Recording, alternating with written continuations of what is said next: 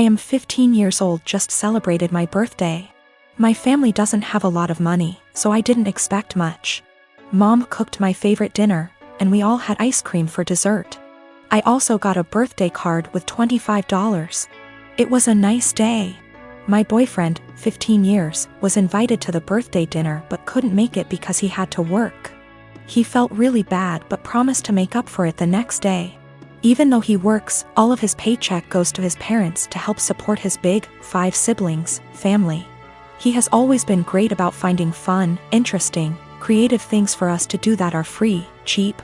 It inspired me to up my game and help find fun, cheap activities for us, but I'll admit that he's still so much better at it. So, while I absolutely was not expecting a gift, I was definitely looking forward to whatever he imagined up for our day. There's a bakery I love, but it's over an hour away from where we live. The desserts are delicious, but expensive. I often talk about this one cupcake I love from that bakery, but I can only enjoy it when I'm in the city and can afford it. He doesn't have a car, so he had to take a train, then walk, then take a train back to get me my favorite cupcake for my birthday. He also planned a historic walk of our town, with a bunch of obscure history he'd researched that I didn't know about. It was awesome. I asked to go home to put the cupcake in the fridge while we walked so it would be nice and fresh for me later. We went on a nice long historic walk and it was a great day. Not gonna lie.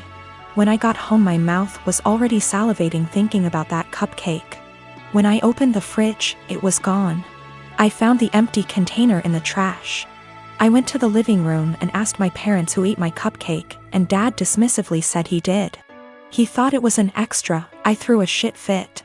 I said it was my birthday cupcake and he was an asshole for eating it. He said if my BF really cared about me he would have bought me more than one, and that they gave me $25.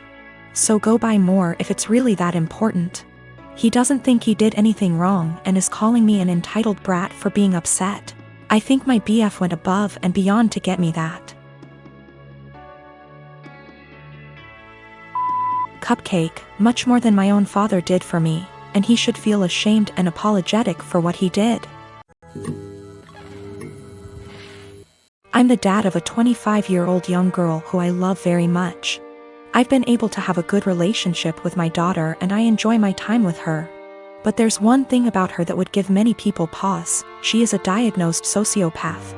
She exhibited odd, disturbing behavior at a young age, and after a serious incident of abuse towards her younger sister, I realized she needed professional help.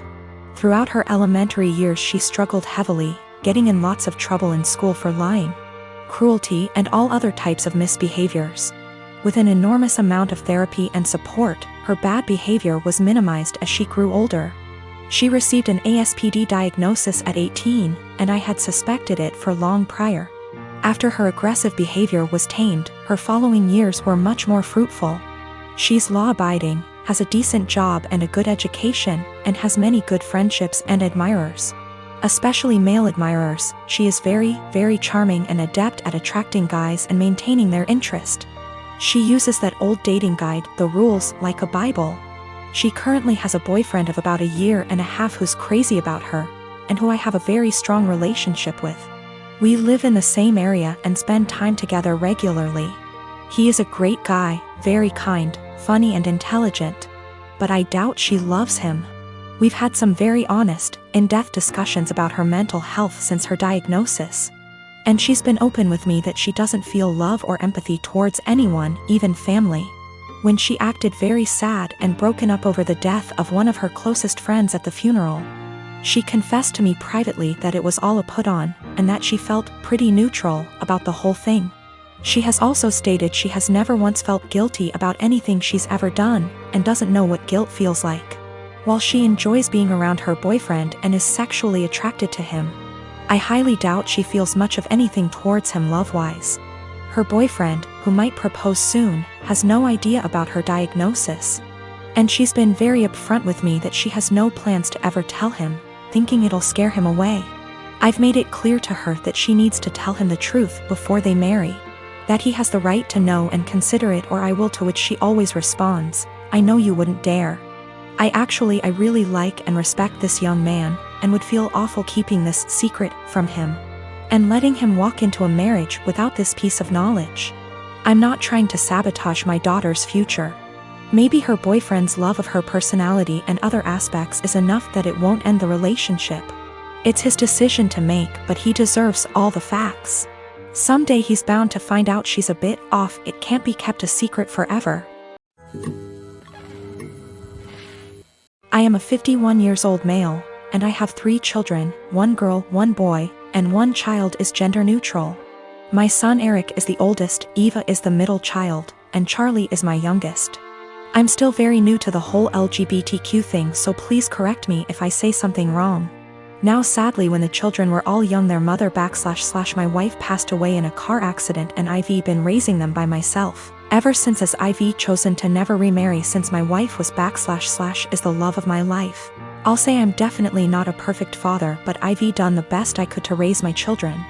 Now Eva has always been a bit more wild than her other siblings, even before her mother's passing. I've tried everything, ranging from having sit-down talks with her to putting her in therapy, as well as taking parenting classes and reading books to see what I could possibly do to help. Therapy did seem to help a little bit, but decided to stop soon after she turned 18. Now let me tell you the story as to why I'm here now. My daughter Eva still lives with me and Charlie as she goes to school, and has definitely been home more due to the pandemic, but has started to go out more now that they are letting up on some of the regulations. Now I was out getting dinner with an old high school buddy of mine when I get a panicked call from my son, who had been at my house hanging out with his siblings. To summarize what he told me, he got into an argument with Eva and Charlie sided with him. Eva became very volatile and even called Charlie a slur, which is a big hell no for me. So I headed home and tried to calm everything down. I told Eva I didn't care about what they had been arguing about, and that she wasn't allowed to disrespect Charlie or Eric like that. Me and Eva ended up now being the ones to start arguing, but I soon shut it down when I realized it wasn't gonna help. I forced her to apologize and took away her car privileges until she could learn to respect her siblings, and I thought it was the end of that. Well, the next morning after work I ended up coming home and finding scraps of papers all over. At first I didn't get it, but then soon found out that she cut up about half a dozen letters her mother had written me when I was much younger. I was livid. I know it was her because I have a couple cameras in my house. I just walked into her room and told her to get out. She was smug and rolled her eyes, but then I yelled, "Get the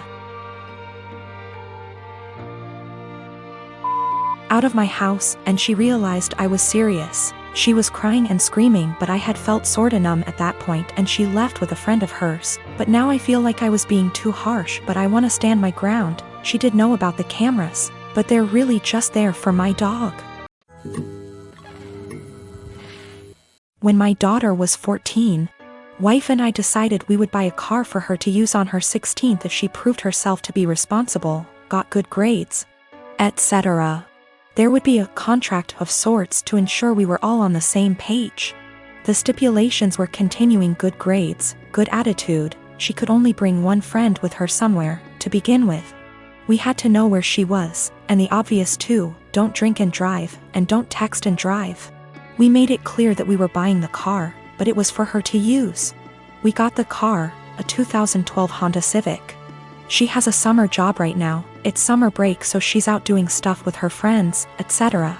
In a few months she will be off to college. Everything was going swimmingly, until someone on that Nextdoor app started posting pictures and videos of bad drivers in the area. And lo and behold, my daughter was posted with her face down as she texted and rolled through a stop sign. Once with her face down in her phone at a stoplight. I was livid. My wife was the one who showed it to me.